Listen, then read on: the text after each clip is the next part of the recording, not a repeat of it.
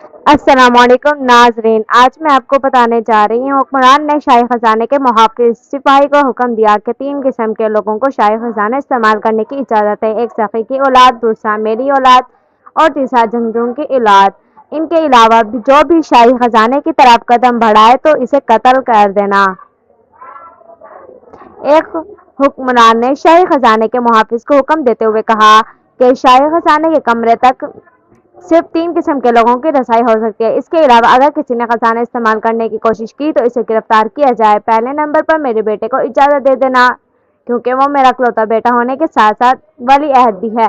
دوسرے نمبر پر سخی یا پھر اس کی اولاد کو اجازت ہوگی، کیونکہ سخی انسان ملک میں غریبوں اور مسکینوں پر خرچ کرتا ہے، ان کا خیال رکھتا ہے، لہٰذا اگر وہ خزانے میں کچھ لے جائیں تو ہمیں بھی کھلے دل کا مظاہرہ کرنا چاہیے۔ تیسرے نمبر پر ان کو یا پھر ان کی اولاد کو اجازت دینی چاہیے۔ جو لوگ ہمارے ملک کی سرحدوں کو حفاظت کرتے ہیں، اس ملک کے قاتل اپنی جان دینے سے بھی دریا نہیں کرتے، مطلب کہ جنگجوؤں اور ان کی اولاد کے لیے بھی شاہی خزانے کے دروازے ہر وقت کھلے رہیں گے، مگر ان کے علاوہ کسی کو بھی شاہی خزانے استعمال کرنے کی بالکل اجازت نہیں ہے۔ بادشاہ کے اس حکم کی خبر 3 ٹھگوں تک پہنچ گئی۔ انہوں نے بادشاہ کا خزانہ چوری کرنے کا فیصلہ کیا، مگر ان کو یہ بات معلوم تھی کہ خزانہ میں سب سے بڑی رکاوٹ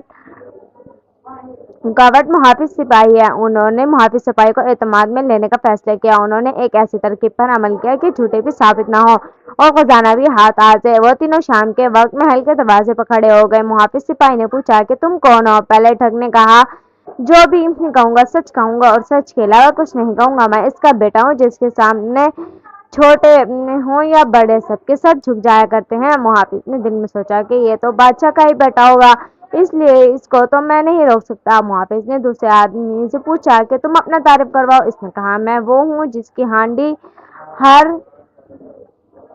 ہر وقت آگ پر ہی رہتی ہے۔ محافظ نے دل میں سوچا کہ یہ تو سخی کا ہی بیٹا ہے، لہٰذا اس کو بھی شاہی خزانے میں جانے کی اجازت دینی ہوگی۔ تیسرے ٹھگ کی طرف اشارہ کیا کہ تم بتاؤ کون ہو؟ اس نے کہا، میں اس کا بیٹا ہوں جس کے پاؤں ہمیشہ رکاب میں ہی رہتے ہیں اور جو صفوں میں گھس جایا کرتے ہیں۔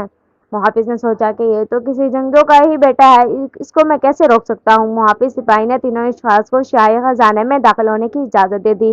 تینوں ٹھگوں نے اپنے اپنے تھیلے خزانے سے بھرے اور سارا خزانہ خالی کر دیا اور واپس چلے گئے۔ جب محافظ نے دیکھا کہ سارا خزانہ خالی ہو چکا ہے تو اس نے بادشاہ کو اطلاع دی اور بتایا کہ سخی، جنگجو اور شہزادے نے سارا خزانہ خالی کر دیا۔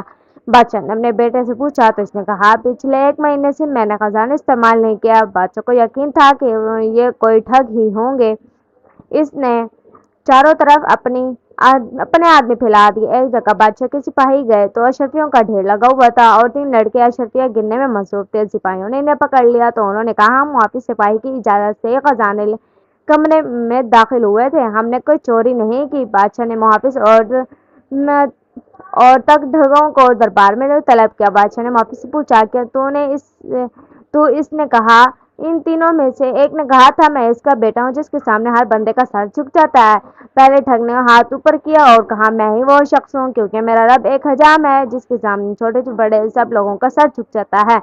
محافظ نے کہا، دوسرے نے کہا تھا، میں اس کا بیٹا ہوں جس کی ہانڈی ہر وقت آگ پر رہتی ہے۔ دوسرے ٹھگ نے کہا، ہاتھ بلند کر کہا، جی میں نے جھوٹ نہیں بولا تھا، کیونکہ میرا باپ چنے بیچتا ہے اور جب ایک ہانڈی ختم ہوتی ہے تو دوسری آگ پر پکاتا ہے۔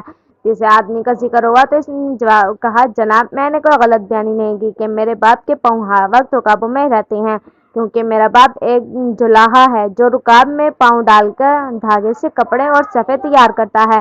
بادشاہ تینوں ٹھگوں کی ذہانت سے بڑا متاثر ہوا اور تینوں کو 1000 اشرفی انعام میں دیتے ہوئے باقی خزانہ واپس لے لیا اور معاف کر دیا، اور محافظ کو نصیحت کی کہ ہمیشہ ہر معاملے میں خوب اچھی رائے کی کر لیا کرو، ایسا کرنے سے انسان بڑے نقصان سے محفوظ رہتا ہے۔ دوستوں، آج کی ویڈیو آپ کو اچھی لگی تو اس کو لائک کریں، شیئر کریں، سبسکرائب کریں تاکہ آپ کو ہر نئی آنے والی ویڈیو کا نوٹیفیکیشن آپ تک پہنچ سکے۔ Thanks for watching. اللہ حافظ۔